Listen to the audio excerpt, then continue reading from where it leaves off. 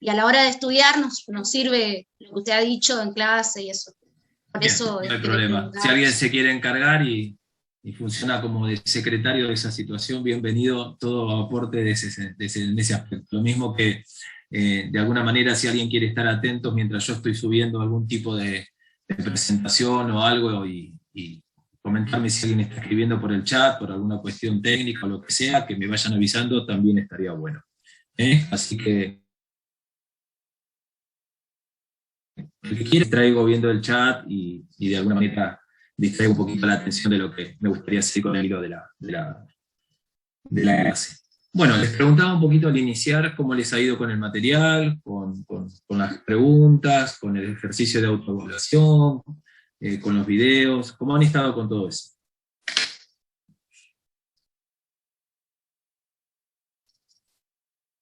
Bueno, empiezo yo. Hola a Dale, dale. todos. Mi ¿Cómo estás? autoevaluación fue un desastre, pero porque intenté hacerla, digamos, para ver si me acordaba las cosas, pero nada, me resultó un poco más sencillo de entender, digamos, de llevar los teóricos de la Ujú. clase de hoy, digamos, de lo que es. Fue mucho de golpe y nada, eso va para rato.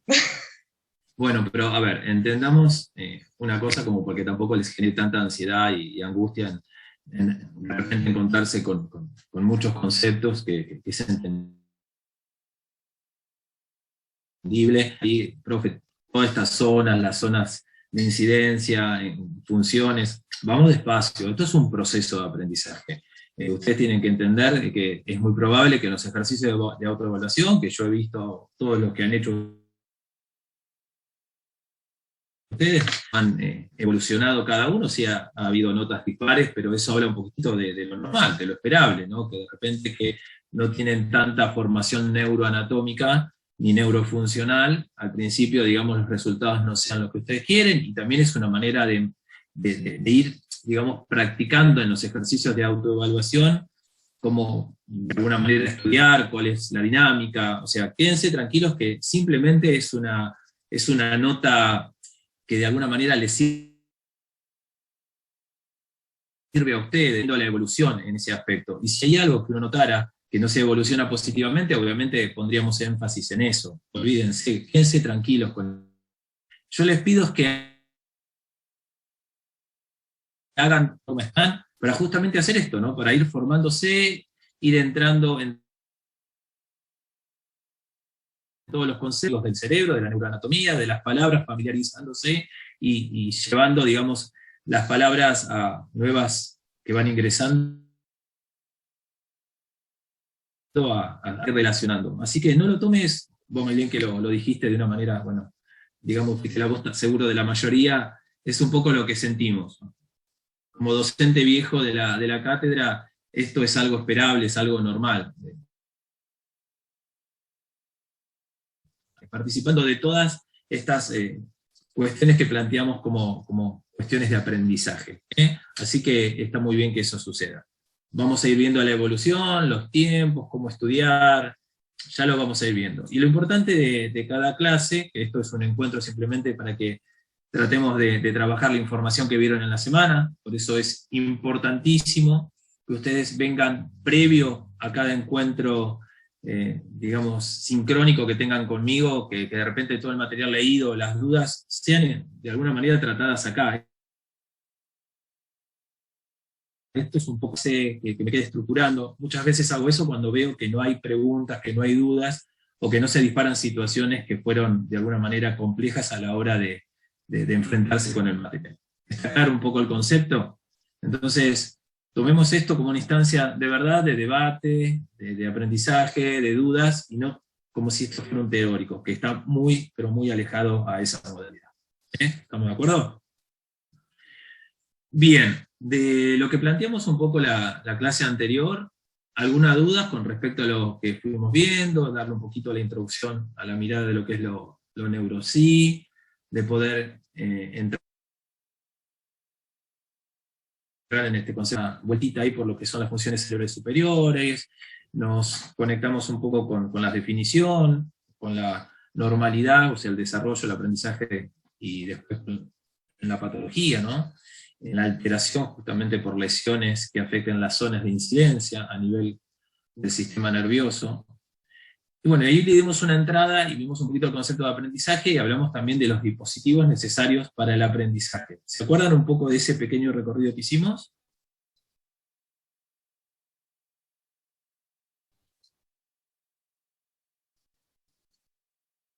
Si alguien se quiere salir del muteo no hay problema, ¿eh?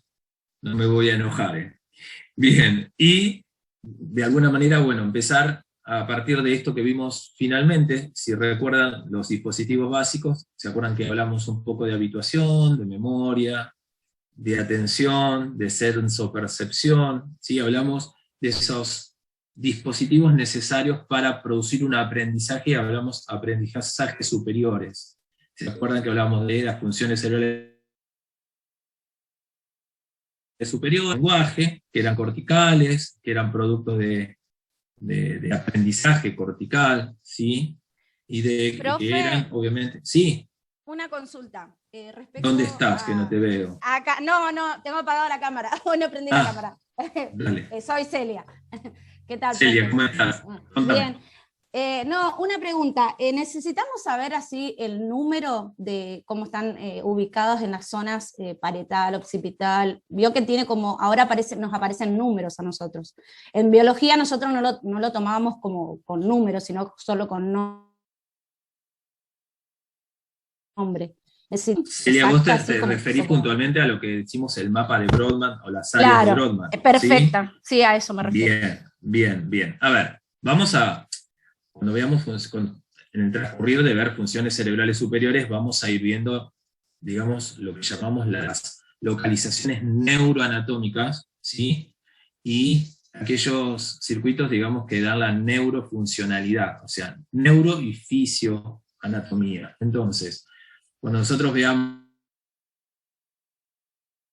las localizaciones de las funciones, por lo menos, digamos, en lo que refiere en su primacía, lo que define un lugar en el cerebro preponderantemente, vamos a ir hablando de las áreas de Brodmann que están de alguna manera relacionadas con eso, pero vamos despacio, vuelvo a lo mismo, no vamos a definir todas las áreas de Brodmann, las vamos a ir mencionando para que ustedes se vayan como relacionando, pero no es, digamos, fundamental que conozcan todo el mapa citoarquitectónico del cerebro descrito por Brodmann. No es de los lóbulos, de la incidencia, de las relaciones, ¿sí? De las estructuras de cada lóbulo en particular, pero no tan finamente como, por ejemplo, las áreas de Brodmann. Sí las vamos a ir mencionando, sí están mencionadas, sí están de alguna manera, digamos, integradas en el material que ustedes van a trabajar. No va a ser algo memorístico, tampoco va a definir una nota si ustedes no recuerdan un área, no pasa por ahí, pero sí la neuroanatomía, y la neurofisiología, como hablábamos el otro día, sobre los análisis de las funciones cerebrales superiores. Ya vamos a llegar a ese punto. No desesperéis, no, por favor, no todo lo contrario. Gracias, profe. Bueno, ¿alguna pregunta al respecto de lo que vimos hasta ahora? ¿Alguna duda? ¿O arrancamos un cachito con lo que vamos a trabajar, que es a partir de la descripción de los DBA, o sea, de los dispositivos básicos del aprendizaje? Hoy vamos a empezar a hablar un poco de atención y conciencia. Una pregunta. Profe. No sé, ¿se escucha bien? Perfecto. ¿Qué tal? Buenas noches. De lesiones, que es, cotidianamente escuchamos esta situación, ¿no? ¿Hablamos de un traumatismo que tiene que haber tenido la persona o puede haberse generado durante el proceso embrionario y bueno, con el desarrollo por ahí no se llegó a detectar? ¿O es multifuncional la situación? ¿O puede haber muchos factores, digamos? Nosotros vamos a ir viendo el desarrollo normal y la alteración de estas tres funciones cerebrales superiores, ¿no? Cuando hablemos de ese desarrollo normal y la alteración por patología, digamos, injurias que afecten el sistema nervioso durante, digamos, algunos ciclos muy característicos. Durante el embarazo, o sea, durante la gestación, que vamos a ver que esto que decimos, todo aquello que afecte al sistema nervioso en esta etapa de gestación, en el embarazo o en el primer año de vida, en el primer año constitutivo de las estructuras, donde hay mucha labilidad a nivel de, digamos, las zonas de incidencia a nivel cerebral, vamos a ver que se producen, digamos, etiologías o causas que incidencia modifiquen, alteren la normal funcionalidad. Entonces, por ejemplo, si hablamos de algunas etiologías o causas que pueden generar lesiones en el sistema nervioso en el embarazo, podemos hablar, por ejemplo, de algún tipo de traumatismo, de alguna cuestión infecciosa, de algún accidente de cordón, ¿sí? Hipoxia, anoxia, o sea, falta parcial o total de oxigenación al cerebro, ¿sí? Maniobras instrumentales durante el parto, y obviamente durante, digamos, arterial del embarazo, durante la gestación, todas aquellas cuestiones que de alguna manera pueden afectar el normal funcionamiento del sistema nervioso. Entonces, básicamente, por ejemplo, para dar algún tipo de aproximación a una función cerebral superior, estamos hablando de las nopsias, por ejemplo, ¿no? Estamos hablando, o por ejemplo, del lenguaje. Cuando hablamos del lenguaje, podemos hablar de que puede haber etiologías o causas que modifiquen o alteren la comprensión o la elocución lingüística a consecuencia de el aparato receptor externo. ¿Vamos a hablar de alguna situación que esté relacionada con una cuestión emocional? No, no vamos a hablar de eso. Vamos a hablar de toda aquella etiología que va a afectar al sistema nervioso central responsable de esa actividad, ¿sí? Que pueda haber sido producido en esas 3 etapas que les acabo de describir, por ejemplo, durante el embarazo, el parto o los primeros años de vida, ¿sí? Entonces no va a haber, digamos, etiologías por tratados de causa audiógena, psicógena, sino exclusivamente de causa neurológica. ¿Se entendió un poquitito? O sea que cuando nosotros hablamos de una alteración del lenguaje, no vamos a decir, a ver, tiene una hipoacusia, ¿sí? O sea, está relacionado exclusivamente a una patología del aparato receptor externo para el ingreso de la información de los signos lingüísticos para el lenguaje. Entonces, no estamos hablando de algo del sistema, ¿sí? Ni tampoco vamos a hablar de una alteración en el lenguaje si el chico tiene algún tipo de alteración, por ejemplo, un labio leporino, ¿no? Que de alguna manera le imposibilite articular y producir como corresponde las unidades lingüísticas. Nada de eso tiene que ver con la funcionalidad a nivel neurológica para el ordenamiento, la memoria de los conceptos, la normal, digamos, secuencia y orden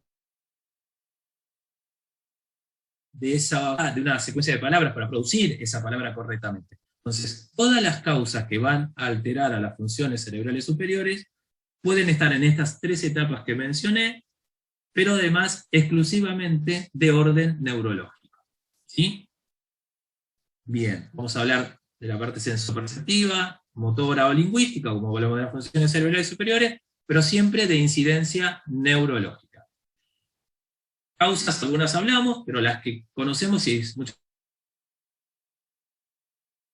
veces son de cerebros vasculares, ACV, tumores, etcétera, etcétera. ¿Sí? Todo aquello que va a ir y a tener incidencia a nivel del cerebro.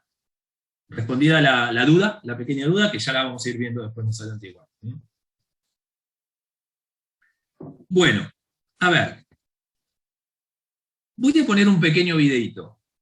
Un pequeño videíto. Quiero que traten de, es muy cortito, traten de jugar un poco con esa imagen. Y ahí vamos a empezar a debatir con respecto a qué hablamos de atención. Vamos a definirlo y vamos a ver las características, ¿sí? Espérenme un segundo en la parte técnica, a ver si podemos engancharlo.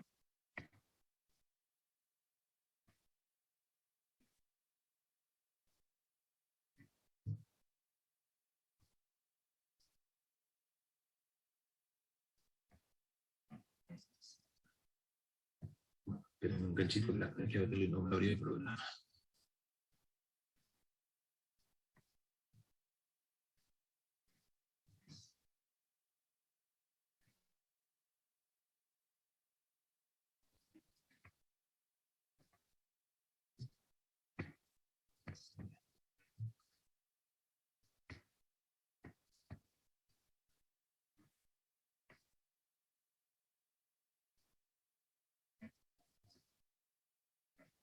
Ahí voy.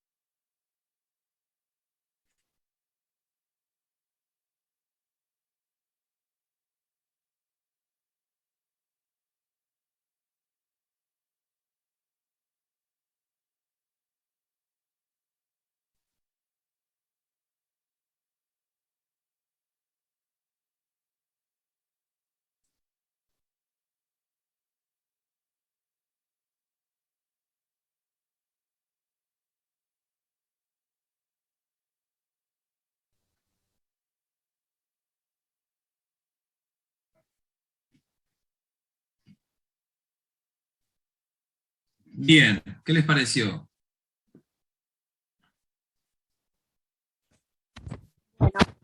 Yo no le había prestado atención al oso hasta que no lo mencionó. Pero se disparó de nuevo, perdón. Creo que lo voy a apagar. Ahora sí. ¿Y entonces? Yo lo había visto en otra materia y por ahí no quiero opinar mucho porque ya Yo también. lo voy a spoilear. Claro, no queríamos spoilearte el Bien, video. bueno, no importa. Vamos, si lo vieron en otra materia, lo vieron justamente en cuanto a este dispositivo que es la atención.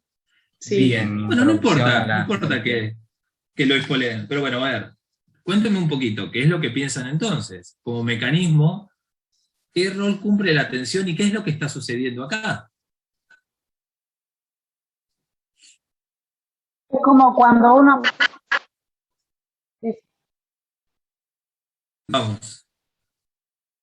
Como cuando hablábamos el otro día de que uno está en el ambiente y uno está tratando de escuchar lo que dice el profesor y se abstrae de que si pasan tus hijos y caminan o el perro o eso, y uno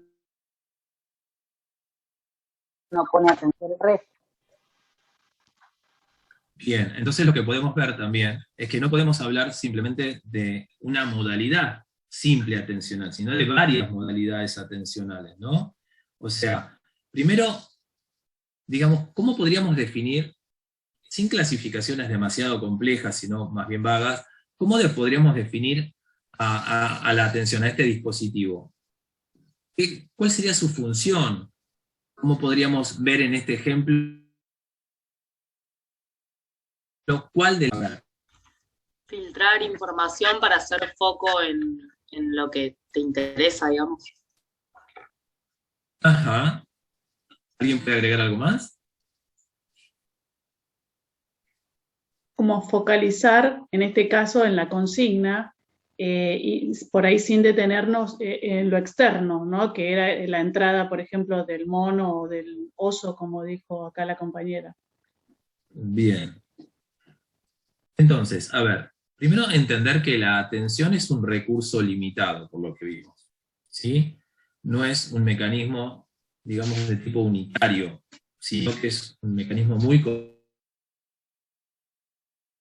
complejo del cerebro, que no tiene una localización única. Después podemos, de alguna manera, entender que tiene que ver con una función muy clara, que es dirigir nuestros sentidos hacia una fuente de estímulo, ¿verdad? Básicamente hablando. Si yo hoy estoy hablando, ustedes están tratando de escucharme o de mirarme a mí, como hablábamos la clase anterior, y ustedes están, de alguna manera, selectivamente,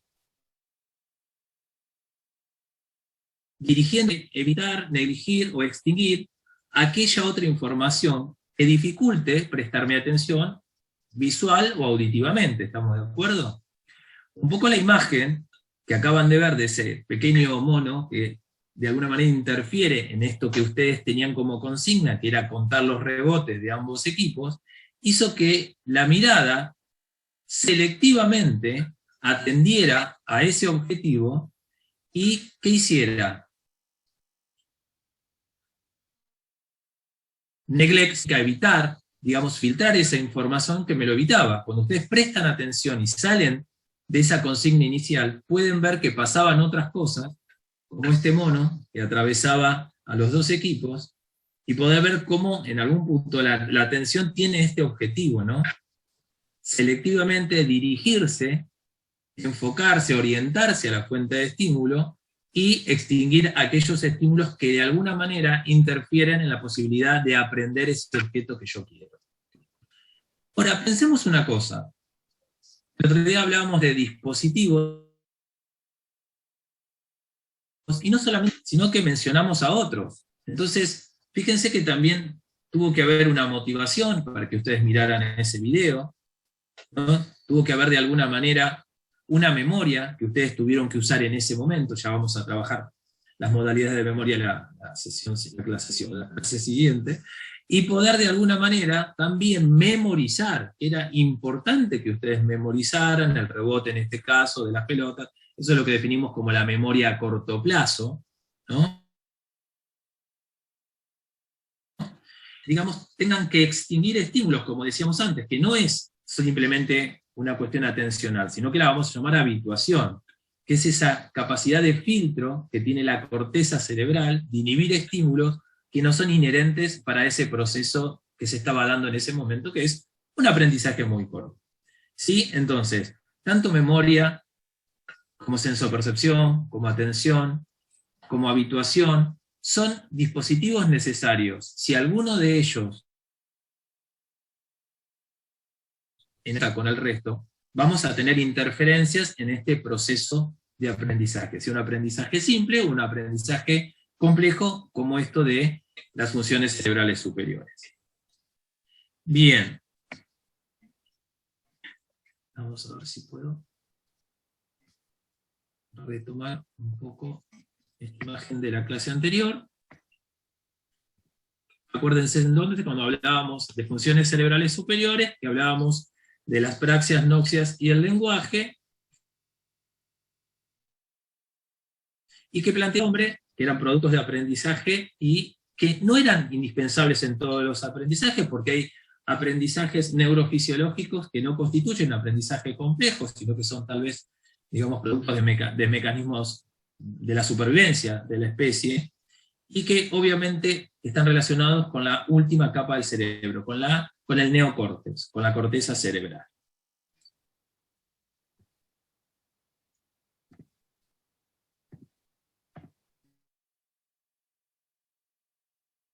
Hablar un poquitito entonces de la atención.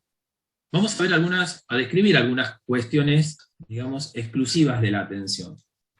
Va a estar relacionado entonces como funciones el nivel de conciencia, de orientación, de concentración, de velocidad de procesamiento, de la dirección de la atención, y obviamente de esta selectividad y de la alternancia de foco cuando de alguna manera alternamos en varias actividades de diferente, digamos, competitividad cognitiva.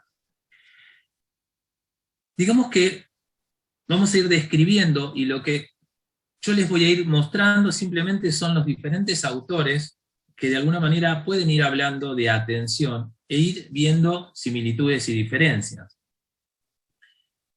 Vamos a describir, por ejemplo, que Ascuaga en su momento, Juan Ascuaga, que es un enorme neuropsicólogo argentino, fallecido, si no recuerdo mal, en el 2015, en el cual hay mucha bibliografía en la carta, a la atención en dos, digamos, atenciones de tipo complementaria. Él hablaba de la atención tónica y de la atención fásica.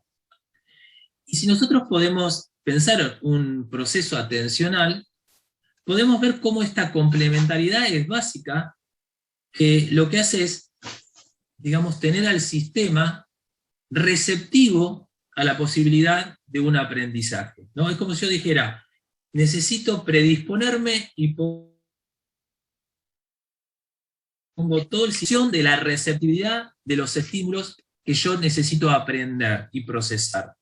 Entonces él decía que tiene que haber una atención primero de orden fásica, que la define muy, digamos, emparentada con lo que conocemos como un reflejo de orientación.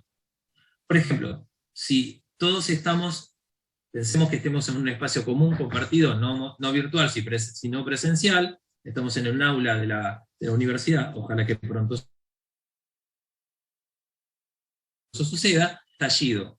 Si de alguna manera ese estallido, mientras yo doy clase, es un ruido onomatopéyico conocido, por ejemplo, qué sé yo, que empieza una orquesta a tocar con todo en el patio que tenemos abajo de las aulas, seguramente habrá algún tipo de comentario o algo, pero no habrá un brusco movimiento de nuestro cuerpo, digamos, dirigiéndonos a esa fuente de estímulo. Pero si escuchamos algo así como una situación, un reflejo de orientación, hará que todos giremos nuestro tronco hacia esa fuente, y si de repente suena y hay un registro de algo peligroso, es muy probable que todos nos tiremos al piso, o hagamos algún movimiento para tratar de prevenir eso que parecería o registraríamos como riesgoso. Entonces, ese movimiento rápido atencional, que es lo que tiene la atención tónica, es rápida, brusca, pero con una duración muy breve, ¿no? Que al dirigir la fuente, vemos que eso no tiene, digamos, más allá de seguir con la clase normalmente. Eso es lo que definía Asquith como la atención fásica, ¿no? Necesaria para dirigirnos a un objeto que de alguna manera atrae nuestros sentidos. La característica es que es brusca y breve. Y si nosotros seguimos escuchando al profesor, seguimos manteniendo nuestro tono atencional, y ese mantenimiento en el tiempo es lo que define como la atención tónica. Entonces, para la sostenida en el tiempo, primero tiene que suceder esta etapa previa de ese reflejo de orientación, direccionalidad hacia la fuente de estímulo y sostenimiento de la atención. ¿Hasta cuándo? Hasta que se suscite un nuevo reflejo que pueda impactar y atender nuestros sentidos. ¿Sí? ¿Cuáles son las estructuras que están involucradas en esos dos tipos o modalidades atencionales que definía Asquith? La sustancia reticular ascendente del tronco encefálico, tálamo. Acuérdense que el tálamo es una estructura, es como si yo les dijera a ustedes el banco de relevo de toda la información sensorial. ¿Sí? Toda la información sensorial atraviesa el tálamo y se dirige a la zona correspondiente de la corteza. ¿Sí? Entonces, atención tónica y fásica, descrita inicialmente, en este caso por Asquith.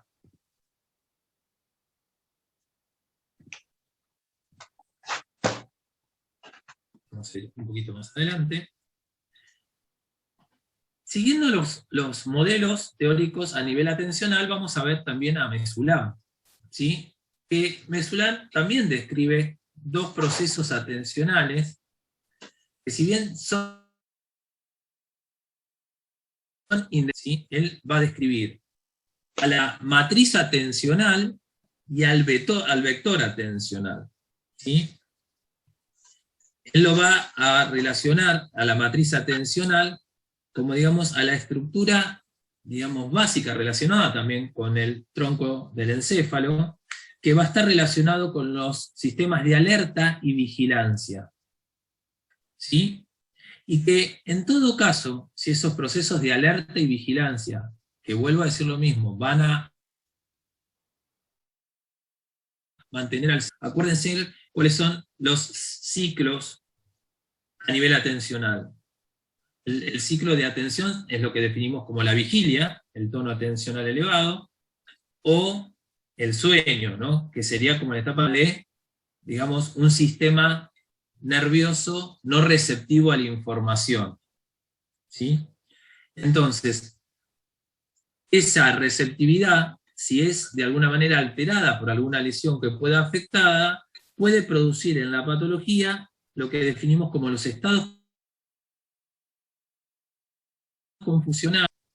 Y el vector atencional, que digamos que es un vector direccional del proceso atencional, que va a estar relacionado un poco al ejemplo que vimos en el pequeño videito del mono, como dijeron por ahí, o el oso, en realidad para mí me parece que era un mono, es el que va a regular los procesos de la direccionalidad del foco atencional, del filtro con respecto a aquellos estímulos no inherentes a la función, en este caso comandada o atendida, y esas lesiones que puedan afectar estos dos procesos directrices de la atención que define Mesulam, de alguna manera es lo que vamos a definir como los síndromes de heminegligencia. En la patología, los síndromes de heminegligencia plantean la imposibilidad de direccionar, o digamos de reconocer, mejor dicho, después lo vamos a ver en agnosias mejor,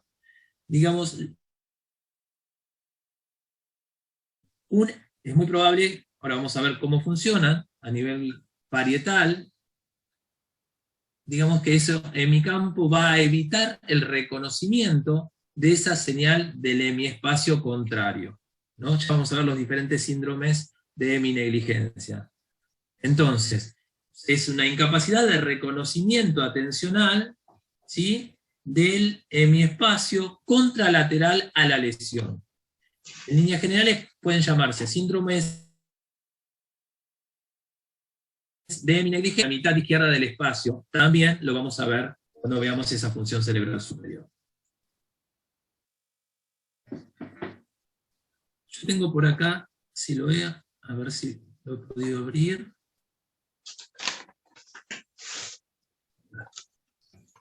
Si tengo el texto lo subo para que lo podamos ver.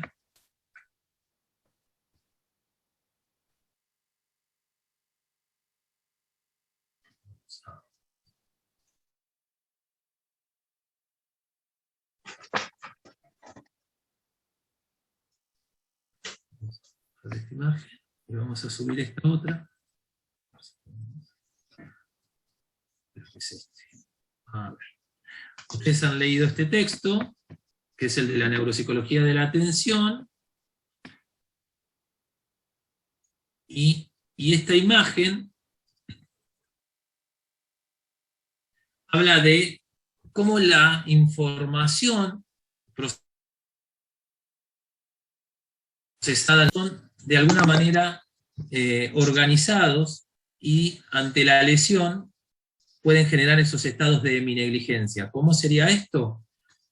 Fíjense que los lóbulos parietales en la imagen de la izquierda muestran cómo el lóbulo parietal izquierdo procesa únicamente información del hemiespacio derecho. ¿Me siguen con esa imagen? Y que el hemisferio o lóbulo parietal derecho solamente, o sea, compensar teniendo, digamos, el registro y el procesamiento de la información de ambos hemiespacios, tanto del izquierdo como del derecho. Entonces, a sabiendas de esto, cómo procesan los parietales la información, ¿sí?, el registro atencional, podemos suponer que una lesión que afecte el hemisferio derecho a nivel del parietal derecho va a generar una alteración del registro sensorial del izquierdo como del derecho. ¿Me siguen? Sí, yo iba a decir que ¿sí? Esto, justo apagué la cámara porque estaba cargando el celu. Esto lo explicaron en el teórico y nada, me voló el cerebro. Está muy bueno. Bien, bien. Entonces, volvemos a repetir que la información que procesa entonces digamos, el hemisferio derecho, procesa información de ambos. Cualquier lesión en ese hemisferio va a generar que la información proveniente de ambos hemiespacios, digamos, no se procesen, y que solamente el hemisferio izquierdo procese información del hemispacio derecho. Entonces, una persona va a estar frente a un estímulo, por ejemplo, yo le estoy mostrando un dibujo, y esa persona va a simplemente registrar o dirigir su atención a un espacio que se llama ipsilesional, o sea que no ha producido ninguna lesión. En este caso, el hemisferio izquierdo. Entonces, un dibujo que esté, digamos, completo, va a estar para la persona como si fuera por la mitad. Va a decir, la parte derecha la va a registrar y la parte izquierda la va a desatender. ¿Sí? Si yo le digo a la persona, pero vos me estás mostrando este dibujo, en donde ves simplemente esta parte, no existe otra parte, al otro campo, y va a poder mencionar. No es que no lo reconoce, sino que hay una incapacidad de atenderlo, porque esa zona, en este caso, está afectada por alguna lesión que le impide el procesamiento y el registro sensorial de esa información.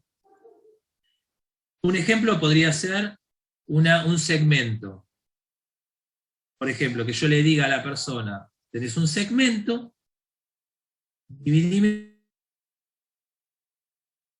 ese segmento, va a dirigir a ese segmento y va a cortar la parte derecha, ¿sí?, en un cuarto, no en la mitad.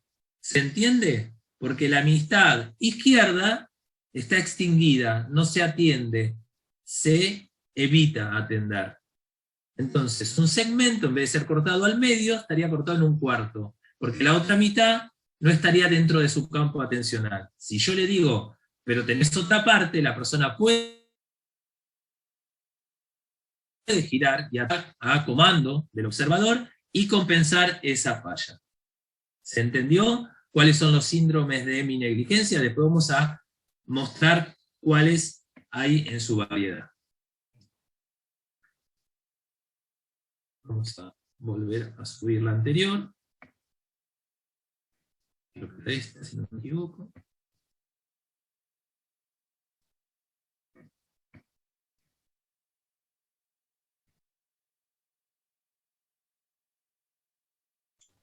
Volvemos a decir, para la atención o directriz o vectorial que planteaba Mesulán, la alteración de ese procesamiento atencional plantea los síndromes de heminegligencia planteados.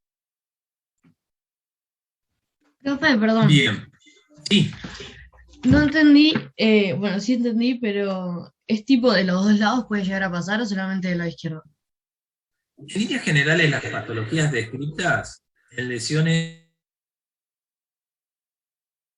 suceden, digamos, del lado derecho, que lo que produce es justamente que solo el lado izquierdo procese el hemiespacio el hemiespacio derecho. Entonces vamos a tener una negligencia del campo izquierdo de la información. ¿Sí? La mayoría de las lesiones ocurren en el hemiespacio, digamos, izquierdo. ¿Sí? Okay. Por eso se llama agnosia para la mitad del espacio. O sea que la lesión es, en su mayoría... Entonces siempre que hablemos acá de una lesión, va a ser en el hemisferio derecho. Ahí te escucho, está muy bajo el volumen, no te escuché, perdón. Siempre que hablemos de una lesión, va a ser en el hemisferio derecho.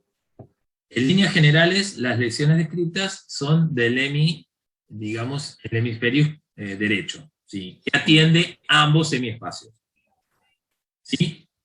Entonces sí, simplemente va a haber un registro atencional del lado izquierdo del cerebro, digamos que el hemiespacio descrito va a ser el derecho nada más, y va a negligir el izquierdo, la mayoría de las lesiones. Pero obviamente puede haber lesiones. ¿Pero qué pasaría si hubiera la lesión del hemisferio izquierdo? ¿Qué pasaría? ¿Desatendería? Y lo suple tanto. El hemisferio izquierdo, ¿no?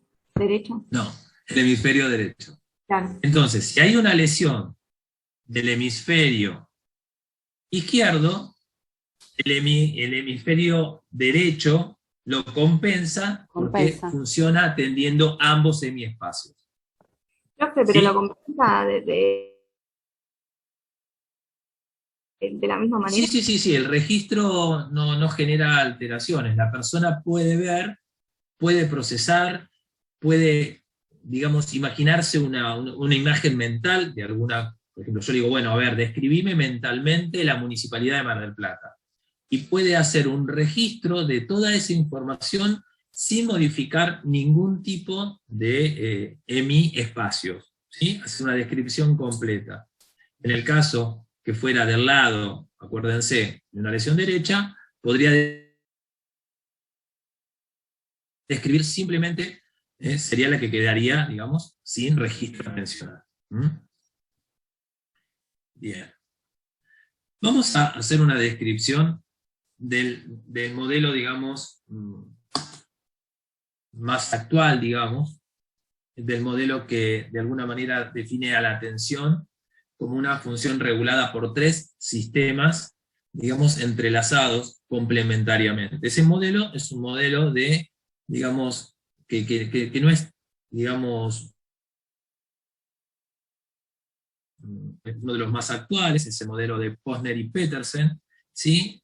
En donde define 3 redes atencionales. Vamos a ir viendo las características. Yo hice como un resumen de este modelo, porque había varios autores, en donde podemos ver que ellos definen que para el proceso atencional vamos a tener una red de orientación, ¿sí? Una red de alerta y vigilancia, y una red relacionada al control ejecutivo. 3 redes que definen de modo neurofuncional entrelazadas para el proceso atencional.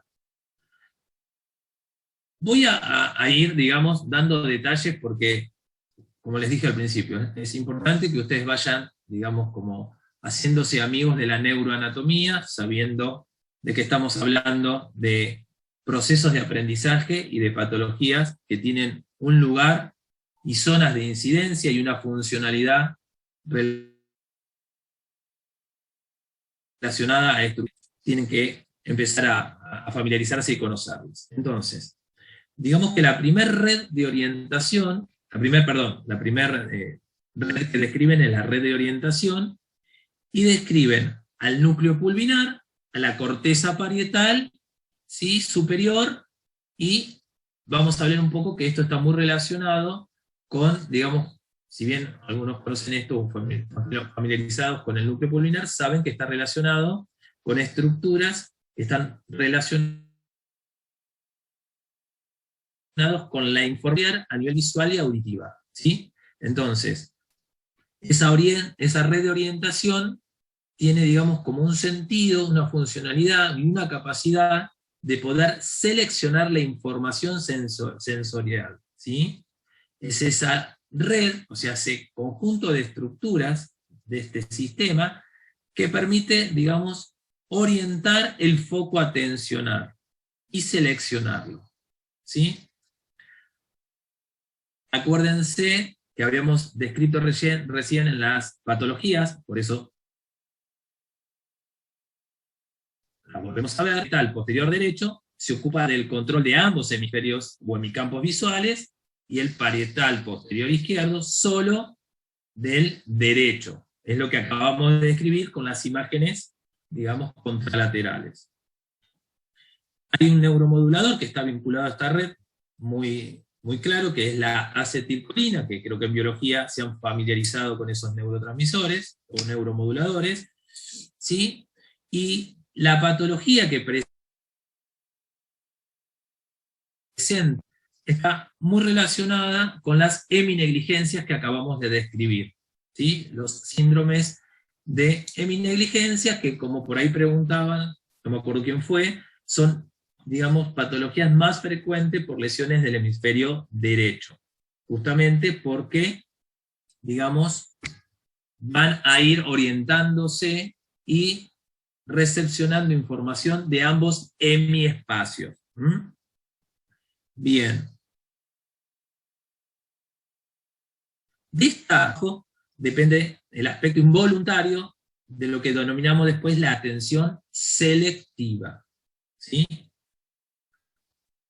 Entonces, esa es la descripción, la neuroanatomía, la patología y la funcionalidad de lo que describe Posner y Petersen como la red de orientación. ¿Vamos a la segunda? Una pregunta, profe, Sí, con Sandra. respecto a esto. Por ejemplo, los chicos están dentro, ¿no?, de esta situación de atención, por eso les cuesta tanto atender o focalizar y tanto los estresa cuando hay tantos estímulos. ¿Es así? Porque no pueden focalizar o orientarse. Dentro del conjunto de patologías que tiene un paciente con un autismo, ¿sí? Encima que estamos hablando, digamos, de una patología que está dentro, digamos, de un espectro, ¿no? Dentro del espectro podemos hablar de varias patologías, pero bueno, el autismo tiene como característica, justamente en este aspecto atencional, la imposibilidad de dirigirse a la fuente. Acuérdense que, digamos, una de las técnicas con que se utiliza para trabajar con los pacientes psicóticos es el floor time, no sé si lo han escuchado alguna vez, que es una técnica de piso, en donde al chico se te lo trata de mirar y que él sostenga la mirada. ¿Sí? Trabajar en el piso para lograr que ante el otro, una mirada directriz, focalizada y no evitativa, ¿sí? Que es muy típico. Entonces, la característica, digamos, del autismo, solamente estoy hablando de este pequeño, digamos, síntoma, que es el trastorno atencional característico, es la imposibilidad de atender, sostener y dirigir la atención. ¿Sí? ¿Quedó claro, Sandra, eso? Sí, perfecto. Bien. Bueno, entonces describíamos como que es denominado atención selectiva. Atención selectiva, ahí vimos el ejemplo del famoso oso o mono que andaba alternando por ahí, y que nosotros por atender el boteo de la pelota no podíamos ver el elefante blanco que se nos cruzaba por el medio, ¿no? Bien. La otra red que definen Posner es la red de alerta y vigilancia. Esta otra red que se entrelaza con la anterior, tiene como estructuras el tálamo, ¿sí?, el parietal posterior, y ahí empieza a aparecer una estructura que vamos a ver como caballito de batalla en la mayoría de nuestras descripciones, que es la corteza prefrontal. ¿Sí? Entonces, esta red, digamos, sostenida por estas estructuras, en donde el tálamo, el parietal posterior y la corteza prefrontal son las que sostienen la función cortical. A ver, tienen varias características. Acuérdense que hablábamos de, ¿se acuerdan el modelo de Ascuaga que hablábamos de los dos tipos de modalidades atencionales, tónica y fásica? Entonces, esta red va a estar, digamos, justamente en función de, primero, digamos, de atender el foco atencional, ¿no? Pero básicamente de poder... Las estructuras van a ser las que van a estar receptivas a la información del estímulo, pero además el proceso atencional tiene que tener la capacidad de poder tener un sostenimiento en el tiempo para producirse ese proceso de aprendizaje.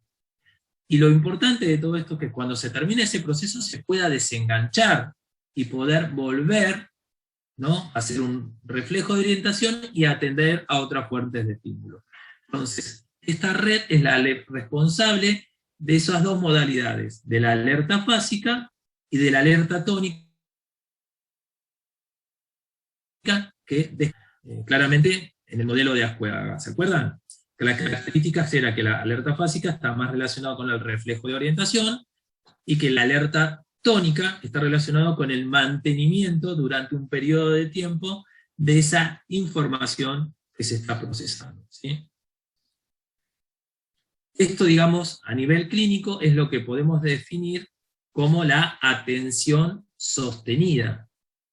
¿Sí? Acuérdense que la red anterior de orientación estaba más sobre la atención selectiva. Esta red de alerta y vigilancia, mantener ese estado durante un periodo prolongado de tiempo, lo que definimos como la modalidad de atención sostenida. Vamos a definir muy rápidamente ambos conceptos, ¿sí? La vigilancia es como esa capacidad, como definí ahí, de mantener un estado de alerta, ¿sí? Y fíjense que de alguna manera la patología de esa vigilancia, de mantener ese estado de alerta al sistema, al alterar esas estructuras, corteza prefrontal, acuérdense las que vimos un cachito atrás, el tálamo, la parietal posterior, las estructuras responsables, lesiones que se produzcan en esa zona, van a estar muy relacionadas con las patologías relacionadas en los trastornos por déficit de atención y hiperquinesia, seguramente han escuchado, ¿no? Digamos, ¿quién puede más o menos describir algo con respecto a esta patología?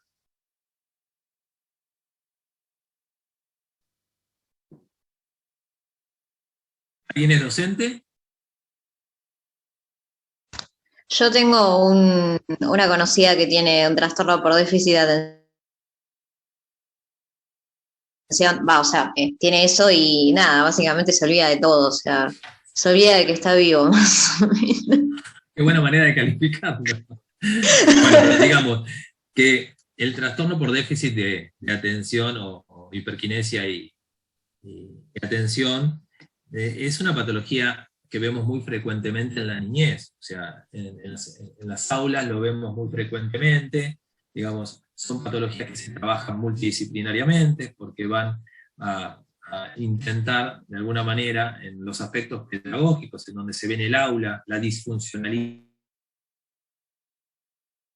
la imposibilidad de poder acatar límites, ¿no? Digamos que completa como una tríada muy importante, ¿no? La hiperquinesia, la desatención y la impulsividad son características de estos pacientes. Entonces, esta red de alerta y vigilancia, al producir lesiones en las zonas neuroanatómicas implicadas, digamos, podemos ver claramente que son patologías del orden de la atención y la alteración motriz, o sea, la imposibilidad de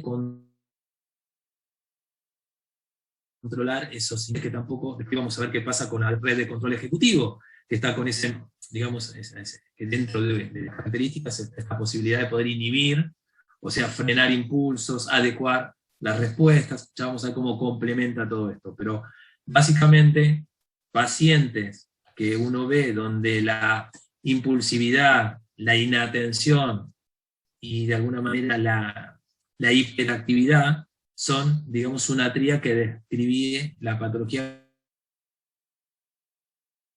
como los trastornos, digamos, en la atención y la hiperquinesia que vemos muchísimo, digamos, en las escuelas, en los niños, en los jardines de infantes, ¿no? Ya vamos en otro momento a hablar un poquitito de eso y cómo poder de alguna manera abordarlos. Bien, entonces, de la red que acabamos de escribir, de alerta y vigilancia, entonces dependen los tipos clínicos atencionales de atención sostenida y de vigilancia. Y la última, que es la red de control ejecutivo, que es la que está sobre esa cingulada anterior, y nuevamente la corteza prefrontal. Entonces, fíjense que está relacionado con una estructura y muy relacionado con lo que vamos a llamar después las funciones ejecutivas, que es una habilidad que esta estructura nos permite para poder de alguna manera monitorear, para poder de alguna manera inhibir conductas, adecuarnos, hacer el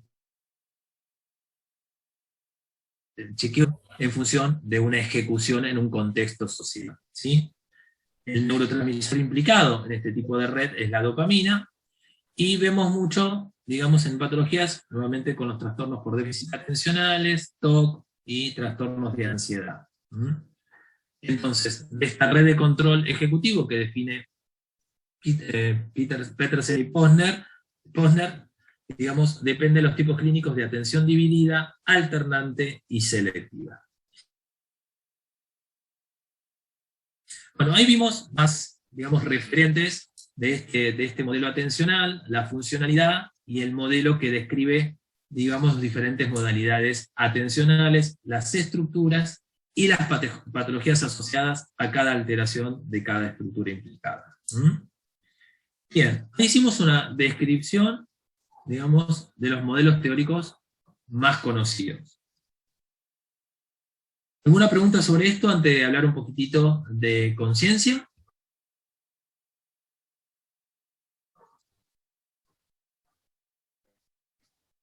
Bajo. ¿Se fija? Profe, una Celia. pregunta. Respecto me quedé pensando en el TDAH, en todos los trastornos atencionales, porque a mí me interesa mucho el tema, porque yo trabajo con niños especiales. Ok. Así que yo lo que le pregunto es, ¿usted nos va a dar algunos tips así, o es solo lo conceptual, o vamos a ver, mí me vendría bien, digamos? Sí, me imagino que sí, que es un tema apasionante. Yo he trabajado muchos años en cuando escuelas. cuando usted hablaba de eso... Cuando vos hablabas, si no me hace sentir muy viejo.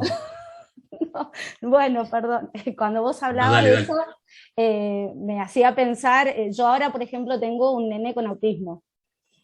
Dentro del grupo con el que tengo 3 alumnitos, nada más. Pues, ¿En qué escuela estás, Celia? Yo estoy en 507, la que está por 507. Libertad y Nasser, Sí. la que está por Libertad y Nasser, y ahí estoy haciendo un cargo de maestra, pero abordaje complejo se llama. Y a la tarde estoy en Batam, pero ahí soy preceptora. Y nada, a mí me cuesta un montón, porque la verdad que yo venía trabajando siempre con niños, si bien con algún tipo de desfasaje, más que nada por ahí, no había tanto respecto a lo atencional, sino más bien a la dificultad de aprendizaje. Yo hace 11 años ya que ejerzo, y siempre tuve grupos, hace 2 años no estaré en grupo, y siempre trabajé, por ejemplo, configurando actividades. Ahora el autismo no había tenido nada hasta ahora, y bueno, me costó un montón y me cuesta todavía llegar a Felipe. Felipe tiene 5 años, y bueno, nada, no tiene expresión verbal para nada, así que estamos trabajando con sistema alternativo de comunicación, Claro. aprendiendo sobre el tema, porque la verdad que yo, en mi preparación docente, no, 2010, así que hace bastante, estas patologías son como muy, muy actuales, digamos, y el autismo hay mucho por aprender y saber que todavía no se sabe, todavía es un misterio para nosotras. A veces dicen, no, vos sos docente, tenés que saber, y no, la verdad que uno va aprendiendo porque cada niño tiene una característica muy especial, y esto de no tener, al no haber lenguaje, es muy dificultoso trabajar. Y comunicarse con ellos. Y claro. a veces también, me pasa con Felipe, tiene una mamá que es... Y ella está en la escuela, básicamente. Ahora la pudimos sacar del aula, y bueno, está abajo, y bueno, estaba dentro del salón, con los demás nenes, a veces estaba alguien del equipo trabajando. Celia, ¿y qué equipo tienen en la escuela en este quiere momento? Tenemos una psicóloga, una psicopedagoga, no, 2 psicólogas, una que hace hace la parte educacional, y otra que es psicóloga. Después tenemos la asistente social, las 2 fonoaudiólogas. Pero tienen un montón de equipos, Yo te digo, mucho tiempo. De hecho, en su momento, cuando estuvo el doctor Nogueira a cargo de la cátedra, nosotros hemos hecho mucho trabajo en las escuelas para ir a trabajar este tipo de patologías. De hecho, hemos hecho cursos acá en la universidad como para poder también llevar herramientas. El tema es que sería tan interesante Obvio. que pudieran hacer prácticas en las escuelas especiales, porque la teoría es muy linda, pero la realidad es otra. No, Y claramente. a veces nos encontramos con situaciones que nos desbordan, y que estamos, por ejemplo, 5 personas con un nene con una crisis, y todas en esas situaciones recibimos patadas, recibimos golpes, más de una va golpeada, mordida, un montón de situaciones que a veces nos desbordan a nosotros, y enfrentarnos a esa situación, a veces yo me he ido llorando de la escuela, básicamente, varias veces. Sí, porque te frustras mucho, obvio. Sí, me frustraba porque Sí, yo sí. hasta hace un par de años lograba enseñar algo, y hoy me encuentro con que si bien enseño, pero de otra forma, no es a lo que estaba acostumbrada, y bueno, por eso le preguntaba lo de las estrategias, si usted Claro. en algún momento iba a plantear... El tema es que, sí, el tema es el siguiente. Nosotros tenemos de 3 horas que teníamos, Sí. tenemos 1 hora y media, eso se nos redujo sustancialmente, por eso este Perdón, espacio es un espacio... perdón, le No, interrumpí la clase.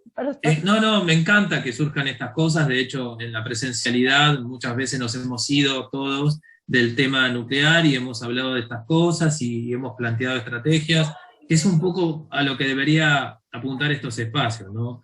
A que Sí. todos aprendamos un poco. Yo en realidad, les cuento un poquito, tengo muy penales, soy el jefe de la parte de salud mental del complejo sanitario, por eso conozco Batán, conozco la 7, conozco toda la incidencia, por Laurita muchos de los que Lamarque, están ahí. Laura Lamarque Claro, era mi bueno. compañera. Bueno, así que imagínate que conozco la situación y obviamente la incidencia de todo lo que llega a Batán son los padres de o las madres de, entonces tenemos manejo de todo esto, sabemos, digamos, cómo es el ambiente, cómo es lo socioambiental, conocemos todo esto, pero lo que les quería decir es que claramente como universidad siempre nos sentimos como cortos, ¿no? Ahora bien, y estamos trabajando en discapacidad, y sin embargo hay tantos temas que se podrían dar, y uno de ellos es esto, ¿no? Buscar, de alguna manera, llevar a las escuelas, que están también muy huérfanas de información, a pesar de que tienen un equipo, que ese equipo, las psicólogas deberían tener espacios de formación y no los tienen. Entonces hay muchas carencias en ese aspecto. Y es cierto que en la educación y en la integración hay muchas patas rengas, muchas patas rengas. La verdad que sería importante poder, digamos, como intentar generar estos espectaculares, a nosotros nos encantan, pero bueno, a veces convocar, como a mí me pasa, que yo quiero llevar a los chicos al penal, a que hagan la formación forense, y aparecen los seguros, y si no tenés seguro no podés entrar. Siempre nos pasaban estas cosas, o sea, siempre tenemos trabas por todos lados, por eso nuestra formación como psicólogos es muy difícil. Queda muy reducida a veces al campo de lo teórico, la práctica como debería ser. No es tan profunda como la que deberíamos tener. Yo creo que en especial tendríamos poder en algún año poder hacer prácticas en las escuelas especiales, porque ahí es donde se ve mucho de esto de que estamos hablando. Totalmente. Ahí es donde nos totalmente enfrentamos con la realidad y que realmente cómo manejar esa realidad. Obvio, a veces obvio. frustra un montón, pero bueno. Mira, yo lo que te puedo decir es que, bueno, en 1 hora y media no podemos hacer más que trabajar un poco esto. Ojalá que en algún momento podamos volver a la presencialidad y hacer de la comisión lo que de verdad surja, de lo que de alguna manera la de muchos, y sería importantísimo. A mí me encantaría. Yo estoy sufriendo mucho con todo esto, por eso les pido disculpas, porque me cuesta mucho esta cuestión de que se apaguen las cámaras, que hablen poco. Yo en el cara a cara logro hablar, que saquen, que se manifiesten, que todos puedan tener su voz y contar sus experiencias, que es tan rico. Yo digo que esto es un aprendizaje para mí, no solamente para ustedes. Todos aprendemos. Yo aporto de mi lugar, pero es tan rico lo que ustedes aportan, las dudas que ustedes generan, que para mí es enriquecedor. Es como yo le decía a mis pacientes hace 21 años atrás. Decía, ustedes pagan esa cuestión de poca experiencia clínica, me la fueron dando a los pacientes. Y acá pasa lo mismo. Los alumnos son los que aportan la duda, porque uno estudia, lee, pero a veces pasa por alto un montón de cosas, y el alumno es el que viene y que te dice, che, espera, ¿esto qué pasa? Y uno ¿no? Como que reflexiona y dice, bueno, acá está viendo algo que de repente yo, por creer que ya lo sabía, lo había visto, no lo planteaba como una duda. Por eso es importantísimo que este espacio sea rico para el debate, para el nombre de todos, ¿no? Disculpen el resto, pero pongo esto, el espacio usémoslo para el debate, para la confrontación, para todo lo que sea necesario de dudas, porque es lo más rico que podemos tener, que quizás si yo tengo un poquitito más de experiencia que ustedes en la práctica, pueda simplemente contarles. Es mucho más rico que simplemente sacarlo de la bibliografía que ustedes están leyendo, ¿no? Pasarlo a casos concretos, que es lo que a mí más me gusta.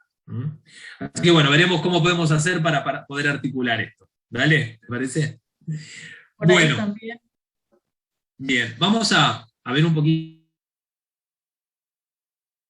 el tema de dicha que tienen al respecto, y cualquier cosa, si quedó alguna duda o no llegamos por los tiempos que tenemos hasta las 21:30, lo que podemos hacer es, como siempre, no se queden con la duda, la semana que viene, al releer o ver alguna situación, nos quedamos con 10 o 15 minutos de la clase que sigue para poder cerrar algunas cuestiones, ¿sí? Bien, yo voy a subir entonces una filmina. ¿Dónde quedé con esto? Acá.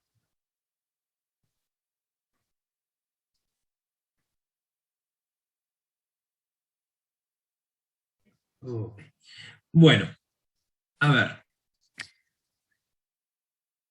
Vamos a ver que el planteo de una taxonomía de la conciencia, que es una manera de poder hacer ciencia y disciplina con respecto a alguna cuestión planteada de forma científica, ¿no? Y en este caso la conciencia lo es, tiene un planteo desde nuestra, digamos, nuestra forma de poder pensar estados, ¿no? En dos aspectos que se debaten. Significa esto de ser consciente o estar consciente, y si esto es lo mismo, ¿no? Cuando planteamos los estados de conciencia, muy relacionados con la atención, y ya vamos a ver por qué, vamos a ver que los autores del texto, Irapu y Ustarros, plantean que ser consciente no es lo mismo que estar consciente, ¿sí? Estar consciente está más relacionado con ese estado que describía en su momento, como yo les, nivel de receptividad de la estructura atencional para estar atentos al ingreso o el procesamiento de los estímulos, ¿no? Y ser consciente tiene mucho más que ver con una capacidad de poder percibirse a uno mismo, ¿sí?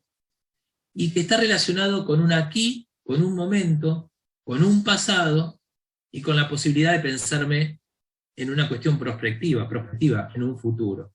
Entonces, ese estado de estar consciente es cuando uno se levanta y dice, ¿qué día es hoy?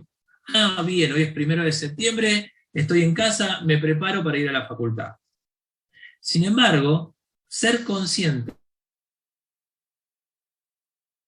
a esta cuestión de percibirme en un entorno, en un momento, en una situación, en un devenir y en un proyectarme, sino con esos estados emocionales que también paralelamente se acoplan a ese, digamos, esa capacidad de percepción que tenemos de nosotros mismos. Es ese estado de, digamos, en términos de subjetividad, ¿no? Saber quién soy, saber de dónde vengo, poder pensarme en un contexto y en un entorno, y poder proyectar a la hora de dimensionarme, digamos, los estados emocionales que pueden además estar acoplados a ese estado de ser consciente de quién soy.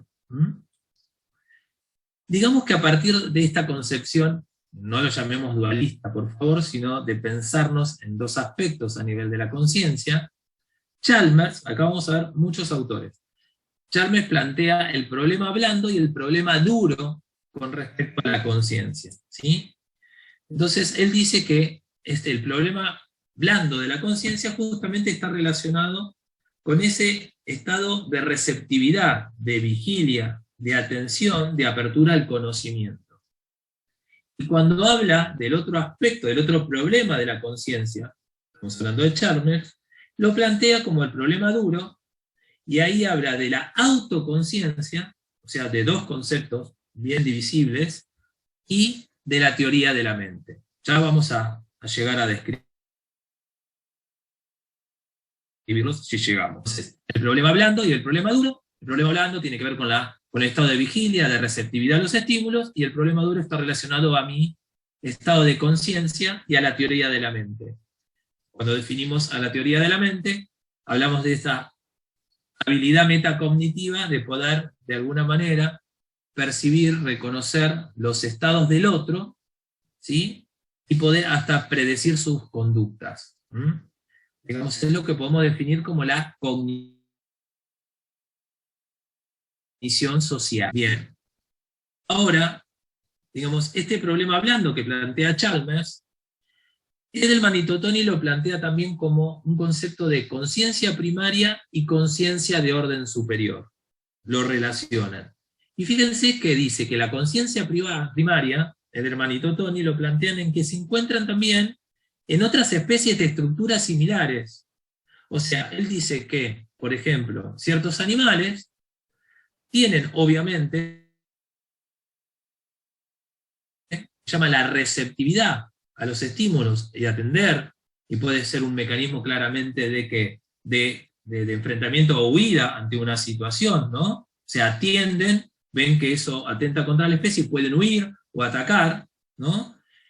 Pero en realidad hay una gran distinción con la conciencia de orden superior, que carecen de lenguaje.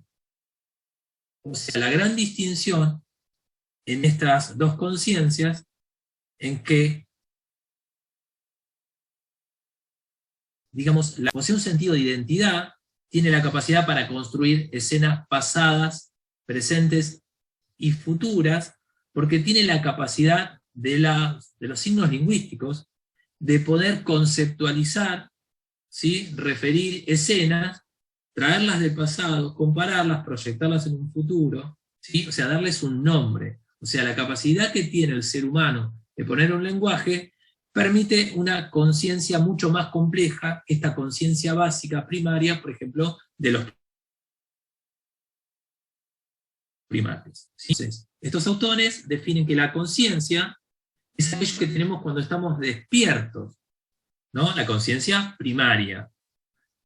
Y acuérdense que las estructuras relacionadas eran, digamos, asociadas al sistema activador reticular ascendente, que tienen relación con el tálamo, los ganglios basales, la corteza prefrontal, ¿sí? Y que de alguna manera podemos definir tranquilamente que la conciencia no es un sin atención, es condiciones sine qua non para que aparezca de alguna manera la conciencia, ¿sí? Estar atentos, de alguna manera, permite ser conscientes. Si no tenemos un proceso atencional que lo sustente, la conciencia puede presentarnos en la patología lo que llamamos un síndrome confusional, ¿sí? Bien. Otra de las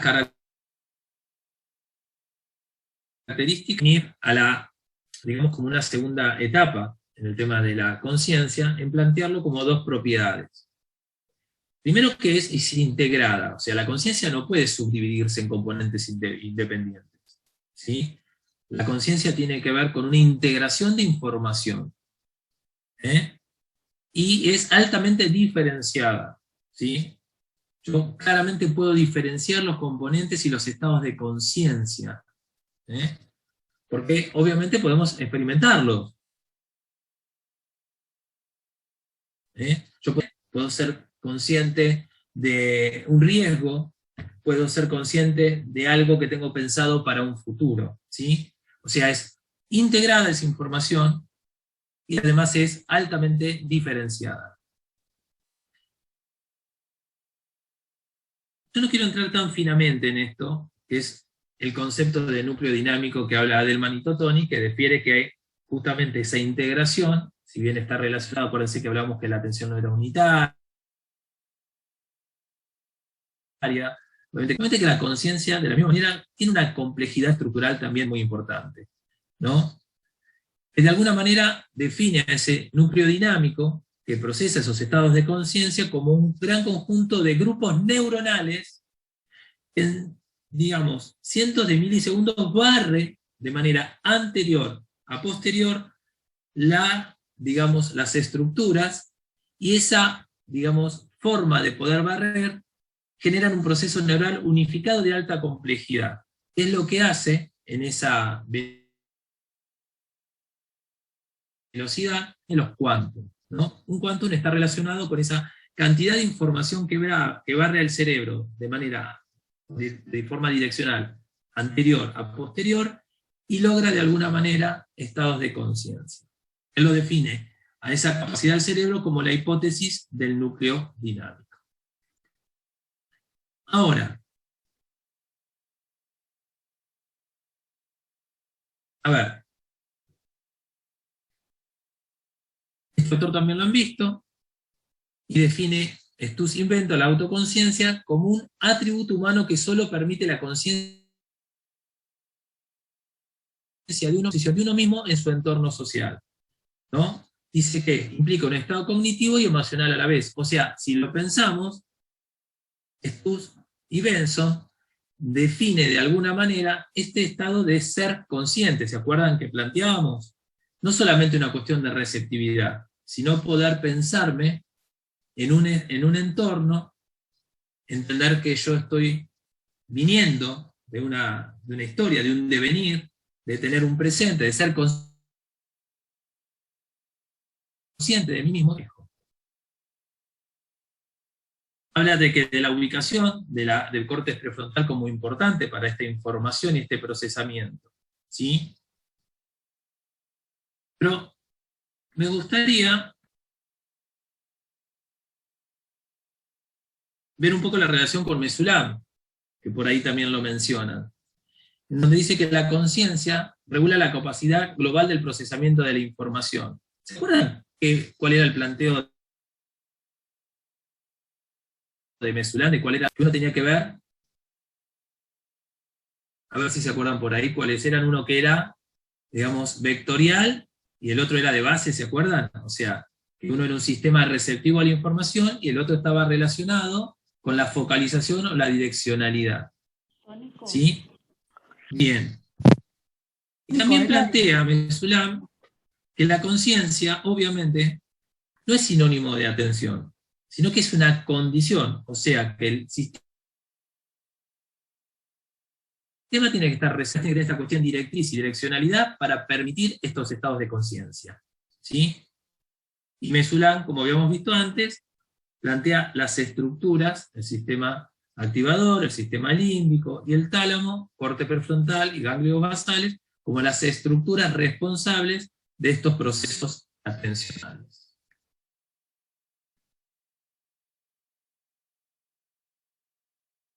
Vamos, digamos, a la vedette del texto de él. De alguna manera plantea que la autoconciencia puede ser dividida en dos tipos de modalidades: la conciencia no ética y la conciencia autonoética.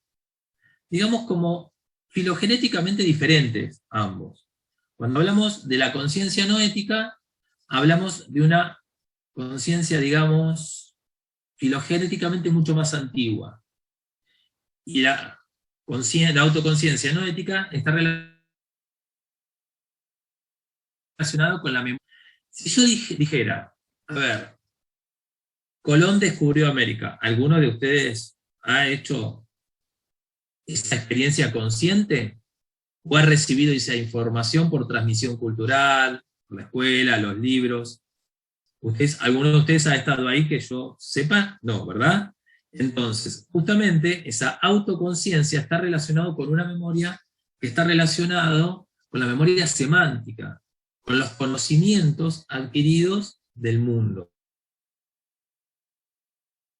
Por eso, pero la autoconciencia autonoética está respaldada con la memoria episódica, la memoria de los eventos que uno ha podido vivir personalmente. Yo puedo decir, Colón descubrió América en 1492, porque lo leí en un texto, porque me lo transmitieron en la escuela, porque es algo de conocimiento general, pero yo no puedo hablar de nada relacionado a lo afectivo de esa. Sin embargo, yo puedo decir, mi hija nació el 14 de octubre de 2009, yo estuve en el parto fue de ciertas características, y esa memoria está relacionado a un autoconocimiento, ¿sí? En el cual, si bien es pasado, yo tengo experiencia consciente y corporal de eso vivido. ¿Se entiende la diferencia que plantean los autores en cuanto a las modalidades de autoconciencia? Una que está relacionada y soportada con la memoria semántica,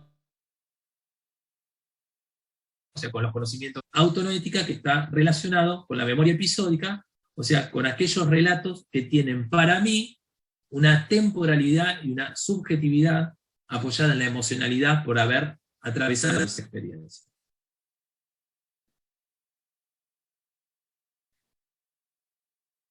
Entonces, ¿se acuerdan cómo dividía el autor cuando hablábamos de autoconciencia? Acuérdense que, además de, ¿se acuerdan? Volvemos para atrás y nos vamos acá. Cuando planteaba de alguna manera el autor, a ver si está acá el texto o está más adelante, ahí, ¿verdad? Ahí está, ¿no? ¿Sí? ¿Se lo puedo ver? ¿Se acuerdan cuando hablaba Chalmers del problema blando y del problema duro de la conciencia? Hablábamos de la vigilia, la atención y el conocimiento. Bien, hablábamos que el problema duro estaba soportado por la mente. ¿Sí? ¿Se acuerdan de esto? Bueno, recién definimos el concepto de autoconciencia, vamos a ver qué pasa con el concepto de teoría de la mente. Entonces,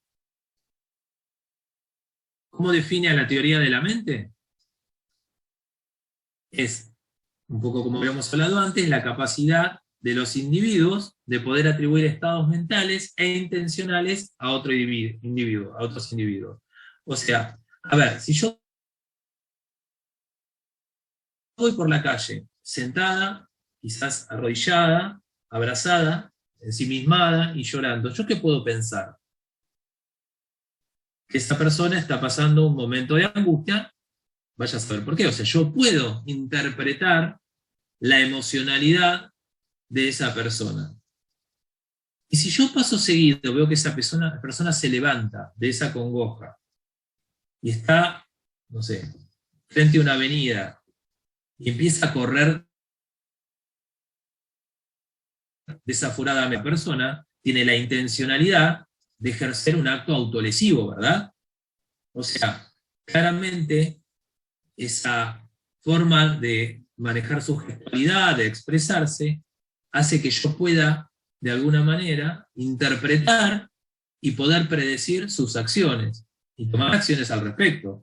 Ahora, si de repente, por ejemplo, pasa lo contrario, en vez de hacer algo autolesivo, lo hace heterolesivamente, o sea, y saca un objeto, pone un gesto un poco de alguna manera eufórico, yo puedo pensar que esa persona quisiera atacarme a mí, ¿verdad? Entonces yo puedo evaluar esa intencionalidad y tomar medidas al respecto. O sea, esa capacidad de percibir, interpretar, es la que me permite de alguna manera lo que definimos como esta metacognición, ¿no? Un cerebro entendiendo a otro cerebro, ¿no? O interpretando, mejor dicho, a otro cerebro. La mente tiene una estructura, una neuroanatomía también, en la cual está sustentada la región frontal izquierda y prefrontal derecha.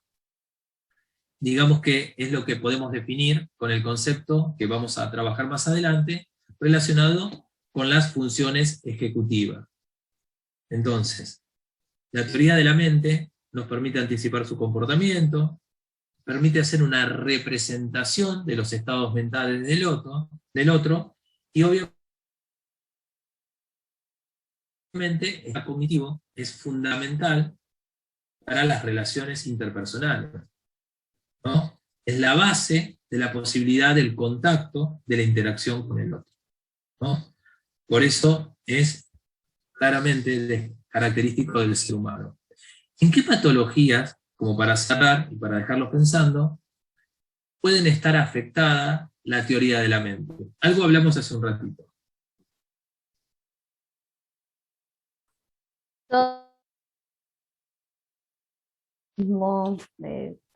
Básicamente eso, el que no pueda registrar al otro, digamos. Exactamente, interpretarlo, ¿no? De alguna manera fallan en este concepto que uno define como teoría de la mente o cognición social, ¿no? Esta capacidad de poder registrar al otro. ¿Cómo? ¿En el Asperger también? Bueno, pero a ver, el Asperger, acordarte que hablamos... Era una pregunta, si en el Asperger también. Sí, claramente. Vos acordate que el espectro autista tiene por un lado al síndrome de Asperger. O sea que en esa variabilidad del cuadro vamos a poder tener esta incapacidad metacognitiva que le permite la interacción social, ¿sí? En mayor o menor medida. Por eso hablamos a veces de pacientes, digamos, con capacidades superiores, porque tenemos chicos totalmente compensados e integrados, y hay chicos, como decís vos, que hasta generan situaciones tan fuertes de riesgo auto o heterolesivo que cuesta muchísimo la integración. No te demuestran nada, que no puedes anticipar nada, que nos ha pasado, no tenés forma de anticipar nada, y ya con el golpe ya lo tenés, digamos, o sea, no pudiste anticipar lo que va a ser. Qué bueno que trabajen con esto de la comunicación, digamos, alternativa, aumentativa. Hay diferentes formas de poder justamente transmitir códigos entre quienes de alguna manera quieren recepcionar lo que un chiquito quiere decir y poder comprender, ¿no? Son diferentes formas, es como un metalenguaje. Un poco una síntesis de esta función cerebral, de este dispositivo, digamos, para función cerebral superior. La semana que viene, alguna duda la vamos a tramitar los primeros momentos, y si no, arrancaríamos con de otro dispositivo que es memoria y la patología, que son las amnesias. Así que cualquier duda, por favor, en lo que vayan viendo y todo, lo traemos escrito, lo trabajamos, lo buscamos del texto, buscamos la manera de poder disipar. ¿Sí? ¿Alguna duda, chicos? ¿Alguna pregunta también? No, profe, gracias. Bueno, poner la lectura al día, pónganse bien con los videos, con la lectura, con la complementaria, trabajen los ejercicios de autoevaluación, porque de los 48 hubo solamente 35, o sea que unos cuantos no se animaron a hacer los ejercicios. Anímense, que son parte de la actividad y de esta formación que semana a semana se va a ir dando. ¿Sí? Bueno, que tengan buena semana, como siempre. Un placer. Chao.